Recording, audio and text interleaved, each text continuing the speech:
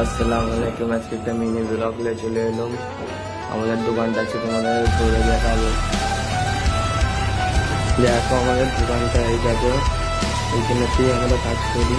দেখো এইটা আমাদের হ্যান্ড মেশিন, এতে দেখো এইটা হ্যান্ড মেশিন, এতে আমরা কাজ করি। এইটাই আমার ডেক, বুঝলে তো বন্ধুরা।